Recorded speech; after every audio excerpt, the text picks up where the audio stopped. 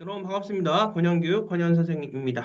자, 추석 한가위가 거의 다 끝나가고 있는 시점입니다. 여러분들도 이번 추석 한가위처럼 좋은 일들 다 이루시길 바라면서 권현 선생이 2028학년도 서울대 정시의 지각 변동을 통해서 2028학년도 꼭 알아야 할 우리 국제학교, 그다음에 검정고시 해외고 학생들 국내 의대나 국내 카이스트 등등등 상위권 대학을 올, 중상위권 서울권 대학을 올 우리 학생들이 꼭 알아야 할 입시의 변화. 지금 고1, 중3 꼭 알아야 되는 그 입시의 변화에 대해서 말씀을 드리도록 하겠습니다. 자, 같이 화면을 공유하면서 보시도록 하죠.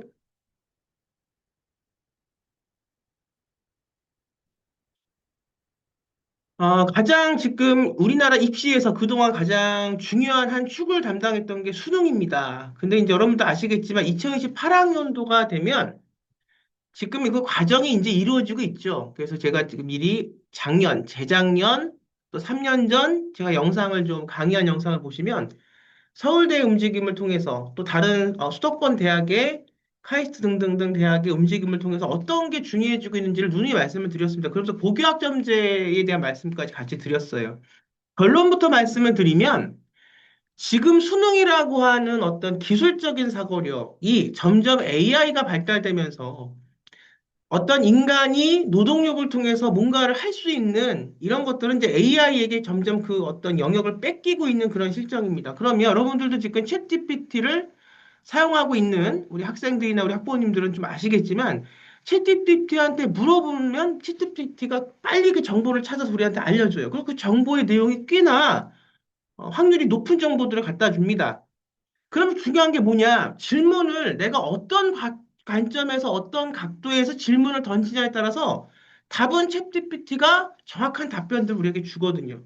그래서 지금 정말 아이를 공부를 제대로 시키는 어떤 부분에서 정말 아이를 어떤 창의성과 또 아이가 정말 질문을 던질 수 있는 방법이라든가 이런 것들을 정말 가리킨다면 지금 예체능을 가리켜라라는 얘기들이 나오고 있습니다. 왜냐하면 예체능이라는 거는 그것이 어떤 분야를 통해서 어떤 분야든지 자기의 분야를 통해서 내가 세상과 관계하고 세상을 궁금해하고 어떤 내가 갖고 있는 예체능적인 어떤 표현력으로서 세상을 내가 분석한 것을 내 나름대로의 어떤 시각으로 그것을 내가 답을 내놓는 이런 공부가 예체능 전반적인 공부에서는 그런 것들이 통용이 되고 있기 때문에 질문을 던지는 법에 따라서 챗GPT가 답을 내는 방법들이 달라집니다. 지금 사실은 저희 때만 해도 암기력, 그 다음에 뭐 저보다 한 단계 위 세대들은 학력고사, 저는 수능 세대, 우리 학부모님들하고 저하고 이제 같은 세대일 텐데 보통 기술적인 부분들을 통해서 많이 대학을 합격을 했지만 지금에서 이제 중요한 게 뭐냐? 이 수시에서 또 우리가 생계부에서 또 생계부가 없는 해외거나 검정고시 학생들은 생계부 대체 수식이 중요한 게 뭐냐? 대학에서 보라고 하는 건 딱 하나의 관점이죠. 어떤 의문점을 갖고 어떤 질문을 던질 수 있는가? 그래서 그것이 이제 대학별고사라는 걸로 부활이 되고 그것이 이제 수시에서의 어떤 변별력을 가질 수 있는 면접 또 의대에 제가 눈이 많이 그렇게 말씀을 드렸습니다. MMI 면접. 근데 그 MMI 면접의 문제들도 제가 보여드리면서 같이 설명을 드렸는데 결국 그 MMI 문제를 통해서 사고력을 가질 수 있는 것은 프로젝트, 생계부와 생계부 대체의식을 하면서 본인이 했던 의문점에 대한 사고력에 대한 프로젝트를 통해서 그 답변들이 오갈 수 있는 거. 그래서 자기가 생계부를 혹은 생계부 대체의식을 성장시키면서 지도하면서 프로젝트를 이미 그 대학의 면접 문항들이 어떤 요점들이 어떤 논점들이 학생들한테 대학 교수들이 물어보고 그것을 어떻게 내가 한 생계부와 생계부 대체의식을 통해서 그걸 얘기를 학생만의 관점으로 해나갈 수 있을 것인가. 그 질문을 던지는 능력이 굉장히 중요합니다.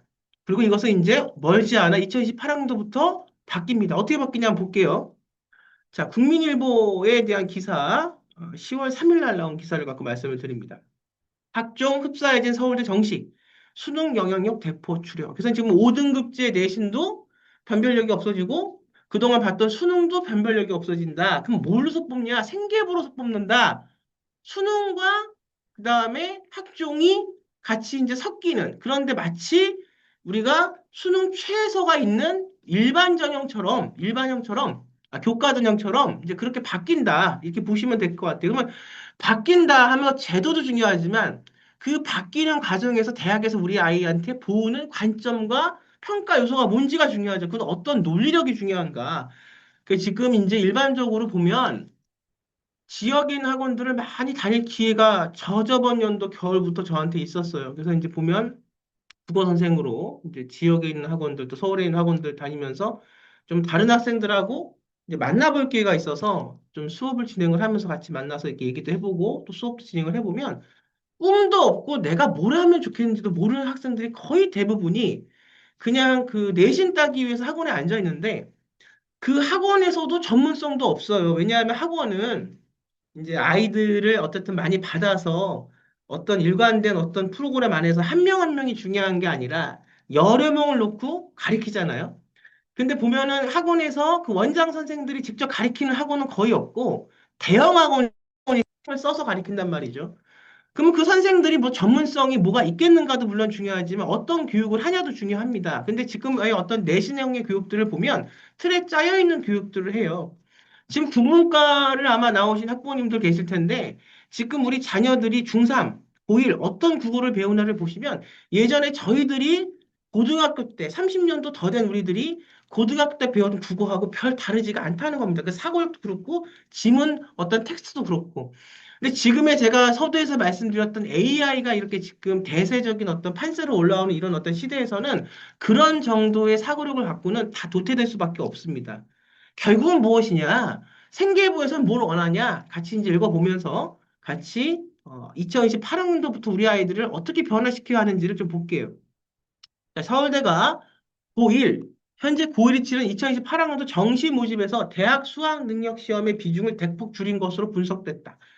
서울대가 그러면 다른 대학이 움직일 것인가, 안 움직일 것인가, 그건 중요하지가 않아요. 서울대가 그렇게 했다는 것은 벌써 이것도 굉장히 늦게 움직이고 있는 거고, 결국은 대학이 움직이는 건 서울대가 움직이니까 우리가 따라가냐, 안 따라가냐가 아니라 지금 현재 트렌드에서 대학을 거의 대부분 다 직장을 갖지 못하고 노는 지금 추세입니다. 취업을 하고 싶어도 취업을 못해요. 그거는 그 분야에서 포화되어 있는 산업을 더 개발해서 신사업적으로 끌고 가서 더 어떤 파일을 키워서 만들어야 되는 부분이 있는데 지금 그걸 못하고 있다는 거죠. 왜냐하면 틀에 짜여져 있는 교육만 받았기 때문에. 그래서 지금 대학에서도 뭐를 굉장히 신경 쓰고 있냐면 우리 대학에 들어와서 교육을 받은 아이들이 어떻게 사회에 나가서 그 새로운 분야를 개척을 하고 파일을 키울 것인가. 결국 그렇게 되지 못하면 망할 수밖에 없는 구조입니다. 모든 산업 구조 자체가 지금 굉장히 다 포화가 되어 있거든요. 그래서 이런 것은 결국 관찰력과 창의력과 질문을 던지는 능력에서부터 그것을 생계부 안에 학생의 학교 활동과 또 진로 역량과 또 교과목 활동을 통해서 보겠다는 거고요. 그래서 이것은 지금 트렌드가 세상이 그렇게 변하고 있기 때문에 서울대가 이렇게 하냐 따라가냐 안 따라가냐 이거를 묻는 질문을 던지는 분들은 그냥 일반적으로 꿈도 없이 남들이 다 하니까 많은 아이들을 그냥 대형 학원에 몰아넣고 시간 보내는 교육시키는 분들하고 똑같은 거예요. 이제는 뭘 생각해야 되냐? 초반에 제가 말씀드렸지만 예체능을 배우는 아이들의 강점이 있습니다. 그건 뭐냐? 내가 지금 이것을 어떻게 세상과 소통해서 내가 갖고 있는 예체능 분야로서의 표현력으로 어떻게 나화시켜서 내가 본 세상에 관점화시켜서 내놓을 수 있을 것인가? 이것이 지금 서울대 혹은 앞으로 대학은 절대 아이들이 우리 대학을 나와서 직업을 못 갖고 노는 걸 원하지 않습니다. 어느 그런 대학 교수도 한 명도 없어요. 다만 이걸 탈피하기 위해서 노력을 합니다. 그러면 현재의 직업을 갖고 창의적으로 산업을 만들어내고 그 안에서 자기의 것에 대한 어떤 관점으로 다른 어떤 파일을 키울 수 있는 능력의 인재가 무엇이냐? 그것은 수능의 능력이 아니라는 거예요. 대학은 이제 서서히 변하고 있다. 왜냐하면 세상이 그렇게 변하기 때문에. 수능 위주 전형이란 명칭이 무색할 정도로 수능 영향력을 축소한 것이다. 대학이 학생 잠재력을 주관적으로 평가하는 학생부 종합전형에 가깝게 운영될 것이라는 것 전망도 나온다. 지금 학생부 종합전형 서울대학교 아까 일반전형, 제가 아까 일반전형과 교과전형을 잠깐 혼동해서 말씀을 드렸지만 일반전형은 해외고 검정고시 국제학교 학생들 다 낼 수가 있어요. 일반전형은 교과전형과 달리 수능이 안 들어가죠. 근데 교과전형은 지금 수능이 들어가요. 최저가 들어가고 그다음에 내신도 들어가고 하잖아요. 근데 이것이 이제 섞인다는 거예요. 그러니까 수능으로서만 뽑는, 그러니까 일반 학종은 존재를 하고, 이건 없애뜨리는 게 아니고 존재를 하고, 수능 안 보는 일반 전형 학종은, 뭐 서울대뿐만이 아니라 모든 대학에서 학종은 존재를 하고, 그동안 수능을 통해서 뽑았던 전형들, 혹은 뭐 어떻든 교과 전형 형식으로 뽑았던, 최저가 있게 뽑았던 그런 전형들이, 이제는 생계부가 그 안으로 많이 들어올 수밖에 없다는 겁니다. 그러니까 그 관점에서 본다면, 학종과 가깝게 운영될 것이다. 어떤 교과 전형이라든가 수능을 갖고 없는 전형들도 학종, 다시 말하면 요체는 학종의 요체는 뭐냐? 생계부와 혹은 생계부 대체서식이라는 얘기예요. 이에 교육계 입시업계 서울대가 지난달 29일 발표한 2018학년도 대학 신입학생 입학 전형 주요 사항에서 수능 영향력을 줄였다는 평가가 나온다. 서울대 정시는 모두 두 단계를 거쳐 지금도 서울대 정시에서 검정고시 학생들한테 생계부 대체서식을 받습니다. 이것에 대한 얘기는 제가 논의 드렸어요. 근데 이제 이것을 발빠르게 따라오냐, 아니면 아직도 그냥 그렇게 가냐는 여러분들의 먼저 선택인데, 이제는 서서히 그것이 눈앞에 나타난 게 뭐냐, 질문을 던지는 능력, 암기력보다 창의력을 기르고 그 안에서 관점을 기르는 능력이 왜 중요하냐. 이것은 단시간 내에 되는 것도 아니고 이것을 지도라고 가리켜서 학적에 적용을 시키려면 이것에 대한 많은 경험과 이것에 대한 실전 경험들이 있어야 되는 거예요. 이게 단순간에 보습학원이나 동네 학원에서 그냥 암기 위해 공부만 했던 아이들. 참 웃긴 경우들도 많아요. 선생이 그냥 원장이 그냥 자기 학원 돌아가기 위해서 선생 그냥 쓰다가 버리고 하는 학원도 굉장히 많습니다. 원장이 자기가 직접 그 과목의 일타 강사가 돼서 가르치지 않는 이상은 어떤 그 구조에선 산업화된 구조로 갈 수밖에 없거든요. 그래서 거기서 배울 게 없는 매우 뭐 성적도 오르지 않을 뿐더러 거기서 굉장히 그 어떤 아이들을 그냥 하나의 어떤 산업화적인 관점으로만 보기 때문에 진짜 선생이 과연 몇 명이나 될 거라는 생각을 제가 해요. 남의 학원 가서도 가르치고 또 제가 제 학원에서도 아이들을 가르치면서 항상 생각합니다. 우리 직업은 선생이다. 진짜 선생이 돼야 한다. 진짜 선생이 세상에 몇 명이나 될까? 하지만 안타까운 어떤 그런 현실이긴 합니다. 그래서 저는 젊었을 때부터 여러 명을 놓고 그렇게 가리키는 게 아니라 한 명 한 명에 맞는 프로그램을 짜서 아이가 창의력을 갖고 자기가 스스로 할 수 있게 만드는 것에 대해서 저는 굉장히 연구를 많이 했어요. 그것이 저는 참 교육이라고 생각을 하기 때문에. 어쨌든 그런 거에서 아무런 꿈도 없고 뭐가 되고자 하는 거에 대한 희망도 없고 그냥 가서 하기 싫은 공부 앉아서 하는 아이들 꽤 많다는 거예요. 물론 아닌 아이들도 있겠지만 그런 아이들도 꽤 많습니다. 이제 이런 아이들은 세상에서 도태될 수밖에 없어요. 세상에서 질 수밖에 없습니다. 그러니 이것은 이제 내가 그냥 저것을 지금 그런가 보다 하고 받아들일까 말까가 아니라 이것은 정말 이제 절제절명의 요소가 된 거예요. 그걸 하지 않으면 앞으로는 공부 잘하는 아이의 관점이 바뀐다는 거예요. 그래서 지금도 유튜브나 뭐 강연회나 굉장히 뭐 명성이 있다는 사람들의 어떤 강의를 들어도 이런 얘기는 절대 하지 않는다는 거예요. 그냥 보면 참 제가 제 관점에서 보면 답답하고 안타까운 얘기들만 오가고 아직도 그것을 굉장히 많이 듣는 그런 학부모님도 꽤 계신다는 걸 저도 압니다. 하지만 세상은 변했고 이제는 이것에 대해서 적응을 못하는 아이들은 여러분들이 원하는 의대나 카이스트 같은 대학들을 갈 수가 없습니다. 한번 읽어볼게요. 2027학년도까지는 1단계 수능에서 100%로 2배수를 선발한다. 수능은 표준 점수를 쓴다. 2028학년도부터 수능 등급으로 3배수를 뽑는다. 표준 점수는 원점수가 평균으로 얼마나 떨어졌는가를 보여준 지표이다.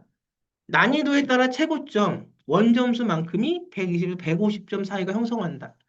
국외 등급으로 구분하는 것보다 상위권 변별력이 훨씬 크다. 1등급의 턱걸이한 표준 점수와 표준 점수 최고점 격차가 10점 훌쩍 넘길 때도 많다. 자, 보면 표가 이렇게 나와 있습니다. 이 말도 참 어렵겠어요. 이거를 정말로 이해를 하고 입시 어떤 그 노하우가 많은 관점에서 쓰는 것과 그냥 자료만 받아가지고 이렇게 기계적으로 쓰는 거는 다르다는 겁니다. 읽어보면 말도 참 어렵게 써놨어요. 이렇게 하는 게 아니라 이걸 한번 볼게요. 2028학년도 서울대 정시 모집 주요 변경 사항이 되어 있습니다. 이건 팩트니까 한번 보시죠. 1단계 선발 방식이 현행은 수능 100%로 200수를 선발했습니다. 근데 2028학년도에는 수능 100%로 3배수를 선발해요. 그러니까 더 많이 어떻든 수능으로선 선발을 하겠다는 것은 그만큼 수능에 대한 변별력이 낮아졌다는 얘기죠. 예전에 저희 때는 수능만 잘 보면 무조건 서울대 갔습니다. 근데 지금은 아니라는 거예요. 1단계 선발 수능 적용이 표준 점수인데 2028학년 이런 등급이에요. 자, 가장 중요한 게 이 부분입니다. 2단계 선발 방식이 수능 80% 플러스 교과 영역평가, 지금은 고교 성적 정성평가가 20%예요. 그래서 이제 검정고시인데 서울대를 갈 만한 그 어떤 모의고사 성적이 나오는데 이건 정시로 가는 거죠. 근데 20%가 생기부 대체형식이 필요한 거예요. 그걸 그 점을 듣고 하냐 마냐 엄청나게 고민들을 하죠. 근데 안 하는 사람들은 안 해요. 왜? 이 사람들 눈에는 이게 가치가 없어 보이는 겁니다. 당연히 하지 말아야죠. 근데 이 20%가 굉장히 큽니다. 서울대를 갈 때. 근데 앞으로는 이게 40%로 바뀌는 거예요. 수능 성적의 교과 역량 평가라고 하는 게 결국 뭐냐? 여러분들 이것만 들으면 국영수사과라고 생각이 될 수 있지만 생계부 전체를 보겠다는 거예요. 국교 성적 정성 평가하겠다는 겁니다. 이게 40%. 그러니까 수능 최저가 굉장히 센 정시 4%, 수능 최저가 굉장히 센 학종이 도입되는 거하고 매우 흡사하다는 게 이 앞에서 얘기한 거. 그래서 학종 흡사해진 서울대 정시, 수능 영역 대포 추로. 이게 바로 이제 이점이고, 이게 지금 40%니까 굉장히 많이 늘었잖아요. 근데 앞으로 이제 이것이 50%, 60%로 더 확률이 넓혀질 그런 전망이라는 거죠. 그러면 여기에서 가장 중요한 게 이 글자가 중요한 게 아니라 이제 머리가 돌아가는 이제 그 다음 걸 바라볼 수 있는 질문을 던질 수 있는 사람들은 뭘 던지냐? 그러면 여기서 40% 앞으로 뭐 50%, 60% 그렇게 수능에 대한 변별력은 낮아지고 내신 평가에 대한 변별력도 낮아지고 이제 생계부고라는 것이 고교 성적을 정량 평가하겠다는 게 아니라 정성 평가하겠다는 건데 그럼 생계부의 내용이 중요하다는 얘기인데 고교학점제에서 진로 선택 과목이나 일반 선택 과목이나 융합 선택 과목까지 가는 그 내용에 대한 탐구력이 중요하다는 얘기인데 그럼 생계부를 어떻게 만들 것이냐?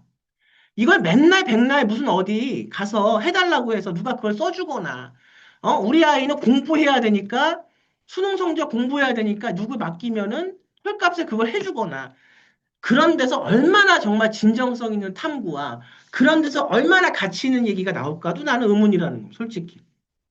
뭐 해주고 안 해주는 걸 떠나서 얼마나 가치 있는 내용들이 나와서 그 아이만의 것이 그 입학사원관들한테 보여줄 수 있을까가 나는 그게 굉장히 의문스러워요.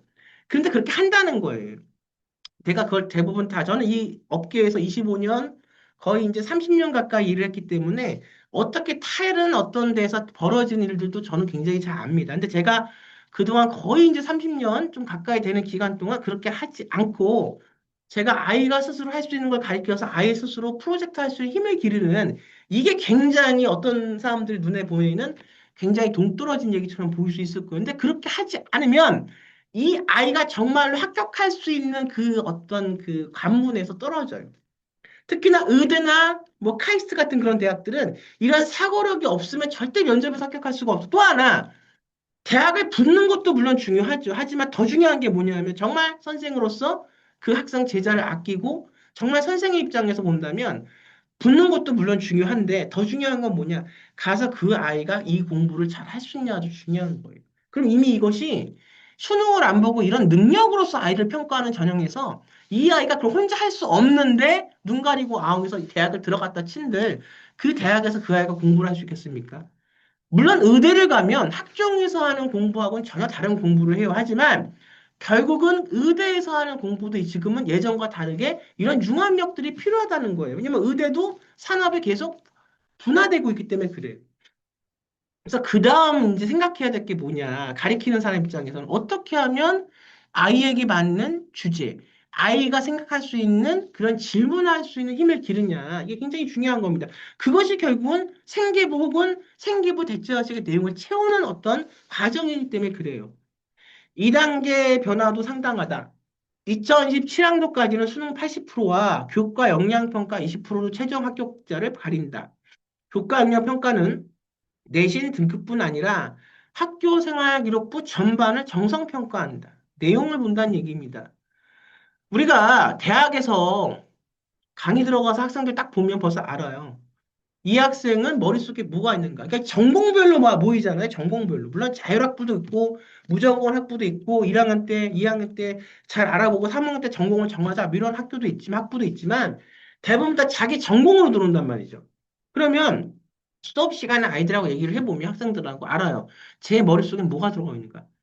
제가 이 시간에 이걸 통해서 뭘 하고자 하는가. 근데 그런 것들이 있는 아이가 있고, 점수에 따라서 그 이제 들어온 아이가 있고 그래요. 물론 그 아이가 그 학교 생활 하면서 적응할 수도 있지만 이미 지금 시대에 우리하고 달라서 그거를 전략을 짜서 그걸 하겠다고 들어온 아이하고는 이미 1학년 때 성적부터가 차이가 날 수밖에 없다는 겁니다. 예체능을 가리킬 때 가장 예체능에서 중요시한 거는 그걸 만들어내는 거예요. 어떤 능력을. 재능은 타고나는 거고 걔가 만들어진 그 타고난 재능 DNA 위에 기교와 기술과 방법을 가리켜서 그걸 통해서 내 걸로 만들어서 그 기술, 기교를 키워서 이것이 사람들하고 어떤 매체를 통해서 교감을 하냐 못하냐, 사람들의 마음을 울릴 수 있냐, 사람들이 그걸 잘한다고 생각하냐, 이게 진짜 대중하고의 어떤 접점을 기르는 건데, 물론 여기서도 입시의 방법은 좀 달라요. 그게 뭐가 됐던. 입시 글쓰기가 있고, 입시 연주가 있고, 입시 그리기가 물론 있습니다. 그거는 그 분야의 선생님들이 너무 잘 알아요. 하지만 결국 그걸 통해서 대학을 들어가면 입시용을 갖고서 그것만 갖고는 대학에서 성공할 수가 없다는 거예요. 서울대를 들어갔어도 서울대 들어간 거로 끝나는 게 아닙니다. 그 시작이지. 결국은 그 위에서 최우수적인 인자가 되기 위해서, 인재가 되기 위해서 거기서 엄청나게 경쟁을 해요. 하물며 눈 가리고 아웅해서 대학만 들어가면 뭐 하겠습니까? 정말 그걸 하려고 들어온 아이들은 생각이 다르다는 거예요. 그걸 어렸을 때부터 빨리 길러줘야 돼요. 지금 보면 국어 시간에 제 학원이 아닌 다른 학원에 가서 물어봐요. 너는 뭐가 되고 싶냐? 너는 꿈이 뭐냐? 대부분 아이들이 말을 못합니다. 물론 말을 잘하는 아이들도 분명 있을 거예요. 제가 만난 집단의 아이들이 그런 아이들일 수도 있습니다. 하지만 중요한 것은 교육이라는 것은 꿈이 없는 아이를 꿈을 갖게 만드는 거. 내가 내 자신이 어떤 사람인지 모르는 아이들을 내 자신이 누구라를 알게 해주는 거. 내가 사람에 대한 소통이나 사람에 대한 내가 관심이 없는 아이를 관심이 뭐 있게 세상이 어떻게 너의 눈에서 아름답게 보일 수 있고 이 세상 속에서 너의 달란트로 무엇을 할 수 있다는 것을 가르쳐 주는 게 교육입니다. 그 방법을 가르쳐 주는 거죠. 근데 그게 결국은 학생부 종합전형 관점에서 말씀을 드리면 그게 결국은 정성평가의 생기부나 생기부 대체의식의 내용이라는 겁니다. 그래서 어디 가면 꽉 막힌 사람들이 있어요. 제 관점에서 보면 이건 정말 찔러도 피 한 방울 안 나올 만큼 아주 그 생각 고기에 딱 막힌 사람들이 있습니다. 근데 이제는 그런 사람들이 그동안은 성공을 했어요. 근데 이제는 그런 융합성과 융통성과 합리적인 어떤 뭐 그런 생각이라고 말할 수 있지만 그런 어떤 그 창의적인 것을 갖지 못하는 아이들은 이제 앞으로 성공하기는 힘들다는 겁니다. 이미 그 아이들한테 질 수밖에 없어요. 출발선상이 다르기 때문에. 그다음에 우리가 2028학년도부터는 수능 60에 교과학년 40으로 바뀐다는 게 여기서 말했던 거고, 수능 점수는 표준 편주 대신 100분위 점수를 쓴다. 100분위는 전체 수험생을 100개 등급으로 구분하는 것으로 최고점은 100점이다. 최고점이 120에 105점 사이에 형성되는 표준 점수보다 상위권 변별력이 작다. 그러니까 상위권 변별력은 뭐냐? 결국은 대학별고사라고 얘기하는 면접입니다. 아, 그래요. 뭐, 그렇게 해서 다른 어떤 뭐, 이제 평가 기관에서 이렇게 얘기했죠. 자, 그 다음에 다른 거 한번 공유를 중지하고 또 다른 거 한번 보겠습니다. 사실 이것도 다 그냥 글자적인 얘기예요. 가장 중요한 거는 글자적인 얘기도 중요하지만 그 안에 어떤 그것이 내포되어 있고 내가 무엇을 해야 되는가를 찾는 게 굉장히 중요합니다. 왜냐하면 그것이 이제 곧 2028학년도부터 너무나 명백한 현실로 가시화가 되는 거기 때문에 지금도 그렇게 되고 있고. 자, 볼게요.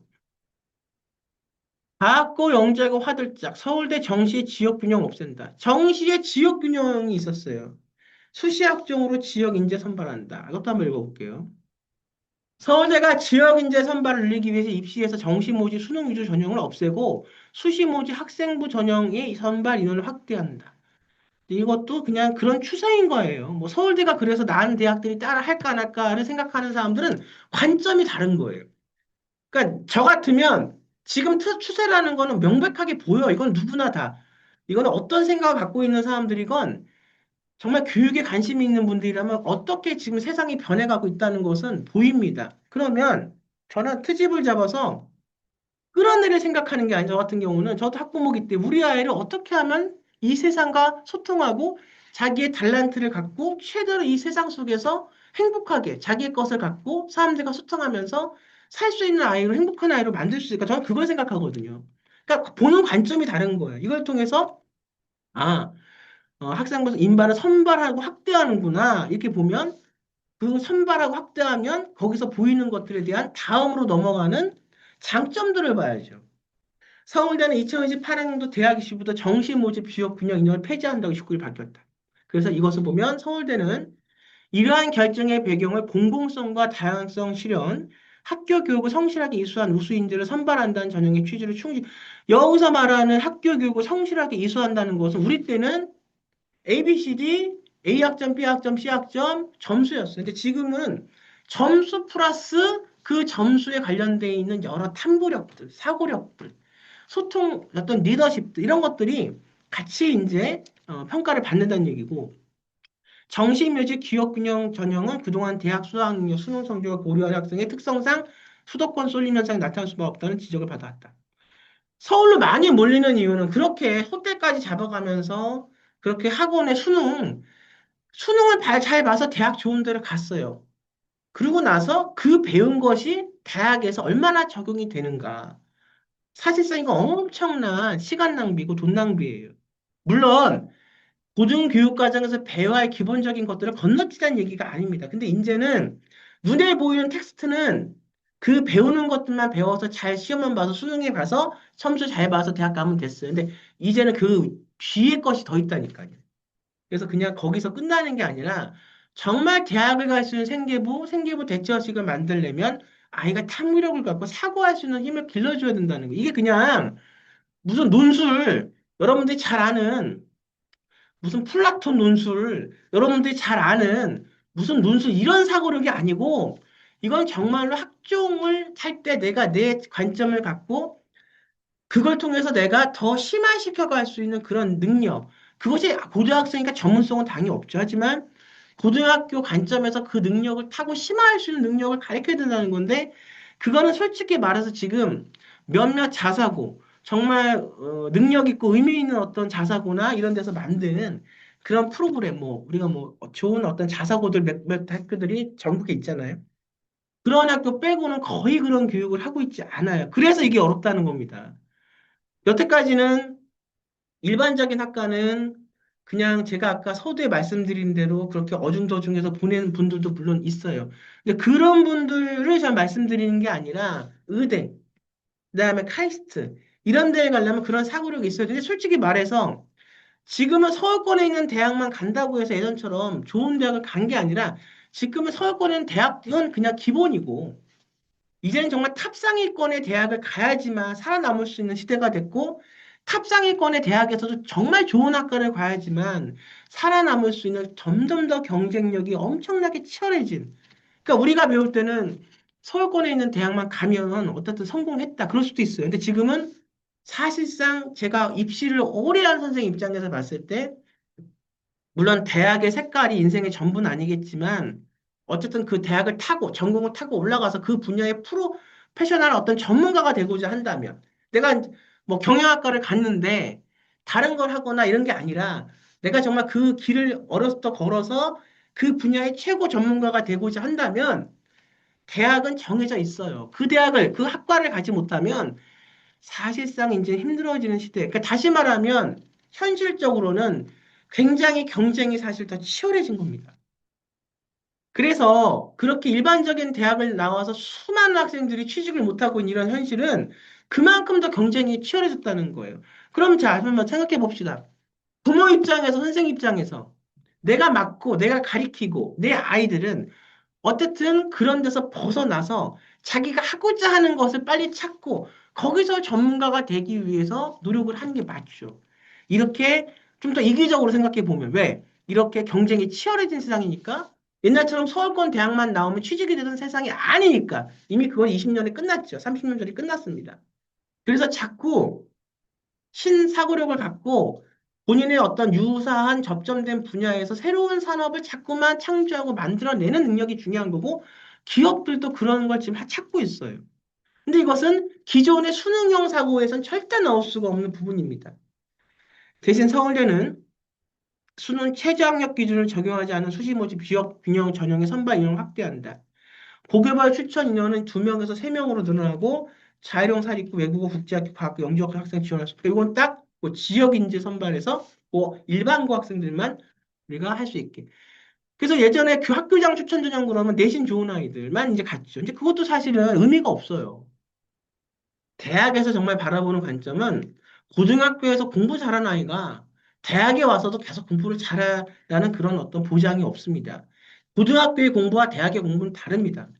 그렇기 때문에 대학, 고등학교에서 공부를 잘했다면 물론 성실성은 인정을 해요. 그러니까 공부를 못한 아이보다는 공부를 잘하는 아이를 뽑아서 그 아이가 계속 우리 좋은 학교에 다니면서 공부를 잘하면서 그 분야에서 빛나는 아이가 되면 좋죠. 근데 대학은 고등학교 지금 우리 한국 사회에서 가리키는 이 고등학교에서 빠진 탐구력이라는 것을 또 자기 개발성이라는 것을 대학에서 보기 때문에 이것을 미리 사고력을 갖추고 학종을 통해서 들어온 아이들이 일반 수능을 통해서 들어온 아이들보다 더 실제 모아놓고 보면 그 과에서는 더 적응을 잘하고 공부를 잘한다는 거예요. 초기 때는 학종이 무슨 죄진 것도 없는데 수능 아이들한테 항상 뒤졌어요. 아이들이 이렇게 막 들어가면 학종으로 온 아이들한테 쪽을 줍니다. 속단 말로 면박을 줘요. 너는 내신도 4등급인데 우리 학교 들어왔잖아. 어떻게 내신 4등급이 우리 학교를 들어와? 이러면서. 근데 역전됐어요. 처음에 25년 전에 이제 대학교 시간 강사 생활하면서 그런 아이들을 봤어요. 근데 이제 역전됩니다. 아니 왜? 네가 내신 3등급인데 네 학교 들어오면 안 돼? 대신에 너 지금 프로젝트 회사 볼까? 너가 나보다 이것도 잘하니? 이러면서 이제 역전됐어요. 학종으로 공부를 잘해서 들어온 아이가 내신 3등급의 상위권 대학을 들어왔지 몰라도 이 아이가 그 조직에서는 그 집단에서는 리더가 돼서 수능 1등급 받고 들어온 아이들을 휘젓기 시작한다는 거죠. 왜? 태학에서 공부를 잘한다는 개념이 다르니까. 그래서 이게 어떤 분야든 정상을 찍으면 내려올 수밖에 없습니다. 어떤 분야든 다 그래요. 근데 이 내려오는 것도 잘 내려와야 되고, 그러는 과정에서 더 보고 더 배우는 게 있어요. 그러면 이제 수능으로서 공부를 굉장히 잘했던 아이들은 이게 참 모멸감이 들겠죠. 아니, 나는 그렇게 공부를 해서 1등급인데, 쟤 내신 3등급밖에 안 된 애가 생계부 이거 잘해가지고 우리 학교 왔는데, 웃기네? 근데 마음가짐이 다른 거예요. 내신 3등급이지만 열심히 생계부해가지고 선생하고 싸우면서 이걸 써주네, 안 써주네, 생계부에 생활기록부에 넣네, 안 됐네, 이러면서도 내가 정말 열심히 해서 내신 3등급이 그게 죄냐? 저는 아니라고 보거든요. 이 학생은 다른 능력이 더 있는 거예요. 그걸 통해서 정정당당하게 학교에 들어간 거예요. 그럼 이 학생은 그 마음가짐이 다른 거거든요. 근데 내가 탑을 찍었단 말이야. 근데 대학 들어오니까 내가 내신 3등급한테 지네? 이러면서 내려오는 거거든요. 여기서 적응을 한 해 못 해나가 되는 건데, 정말 똑똑한 아이는, 정말 공부 잘하고 머리 좋은 아이는, 아, 그래? 아, 내가 모르는 세상도 있었구나. 나도 마음을 열고 저걸 배워야겠다. 그래서 여기서, 왜냐면 머리가 좋은 거니, 공부를 잘했다는 것은 머리가 좋다는 겁니다, 기본적으로. 근데 그런 마음의 자세가 다르다는 거죠. 그래서 내가 이걸 포기하고 그냥 성질 부르고 안 할 거냐? 아니면 내가 그래, 다른 생각도 있었구나. 이게 이 사고력과 또 저 사고력은 다르지만 대학에서 들어가 보니까 내가 고등학교 때 공부한 거하고는 좀 다르네.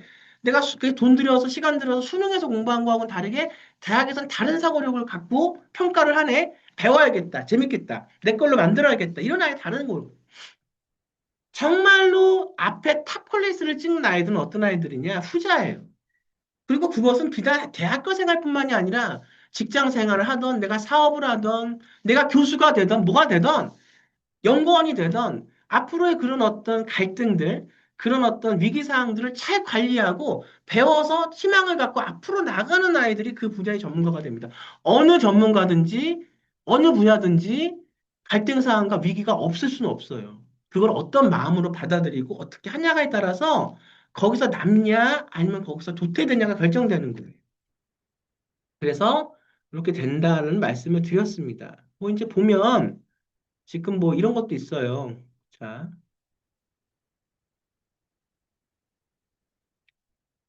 뭐 지금 어떤 기사가 또 있냐면 공유가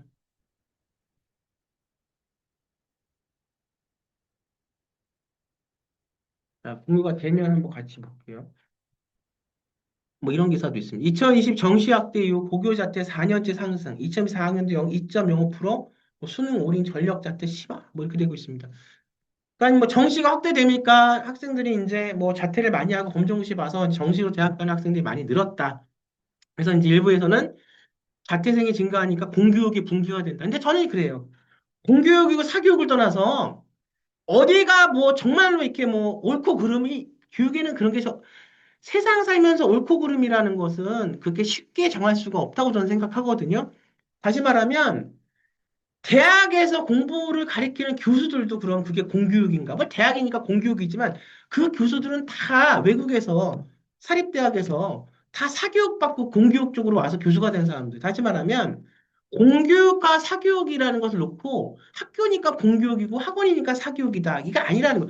선생이니까 공교육이고 고등학교 선생이 아니니까 사교육이다. 그럼 대학에서 가르치는 시간 강사는 사교육일까 공교육일까요? 저는 그런 게 중요한 게 아니라 정말 우리 아이를 잘 키우기 위해서 그 분야에서 우리 아이에게 맞는 어떤 선생을 만날 수 있냐가 좀 중요한 것 같아요. 대학에서 뭐 대학 교수라고 해서 그게 공교육이냐, 고등학교에서 있기 때문에 그게 공교육이냐, 그걸 따지는 건 의미가 없다고 봅니다. 어떤 인성을 갖고, 어떤 뚝심을 갖고, 어떻게 아이 입장에서 선생이라면 당연히 그래야죠. 자기의 노하우를 쉽게 쉽게 잘 아이한테 전달해 줄 수 있고, 이걸 통해서 우리 아이가 어떻게 성장될 거냐가 좀 중요한 것 같아요. 그래서 뭐 여기 기사를 보면 뭐 검정고생이 늘어나니까 공교육의 붕괴다 이렇게 얘기를 하는데 그 관점 자체가 전도 매우 희박하다는 겁니다. 공교육의 어떤 그 붕괴를 막기 위해서 검정고시생이 자꾸만 늘어나는 걸 막자 이게 아니라 정말로 그 아이한테만은 교육 프로그램이 문제가 중요하다는 거죠. 학교 가서 맨날 똑같은 얘기에 현실적으로 같지 않은 그런 얘기를 하는데 이 똑똑한 아이가 시간을 보낼 것인가 수긍하고 갈 것인가. 근데 이 학교에서 굉장히 나한테 좋고 굉장히 배울 수 있는 얘기를 하고 재밌어. 그럼 그 학교를 다니는 거예요.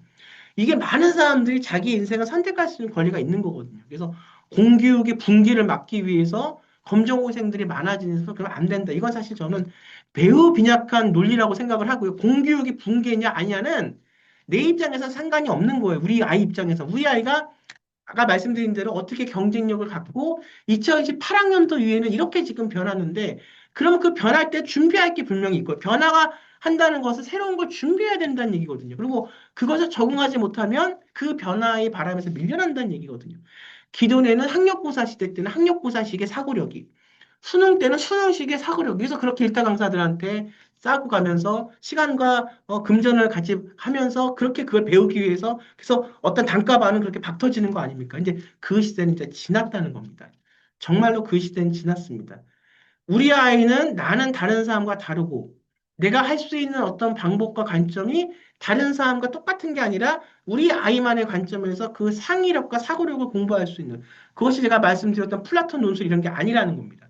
그걸 해서 생계부에 잘 3년간 생계부 대체화식에 잘 했을 때 그걸 통해서 인정을 받아서 대학을 가는 사회가 이제 왔다. 그러니 결과를 이루기 위해서는 과정이 중요하고 정시에도 생계부라는 게 들어가기 때문에 그 생계부의 과정은 절대로 한두 달로 만들어질 수 없다는 겁니다.